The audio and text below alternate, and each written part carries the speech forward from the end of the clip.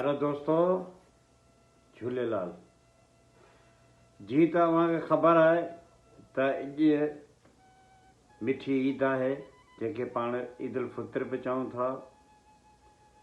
सो सॼी दुनिया जे दोस्तनि खे, ख़ासि कर मुंहिंजे सिंधड़ी जे दोस्तनि खे ही मिठी ऐं ख़ुशियुनि भरी ईद मुबारक।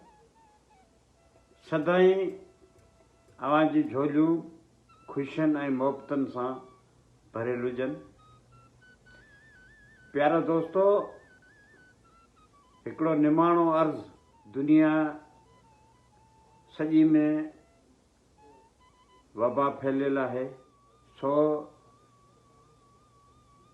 पंहिंजो ख़्यालु रखिजो। हुकूमत जे SOPs ते अमल कजो ऐं पंहिंजे पाड़े या ॻोठ में जेके बि पंहिंजा मिसकीन भाउर आहिनि हुननि सां गॾु ईद कजो। ऐं जिन वटि बि को वसीलो नाहे ईद मल्हाइण जो, सो हुननि जी वाहिर कजो। चङो, मोकिलाणी कोन्हे, वरी मिलंदासीं। हिकु भेरो वरी ईद मुबारक, ईद मुबारक।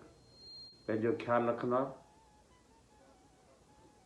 तेसीं अल्लाह।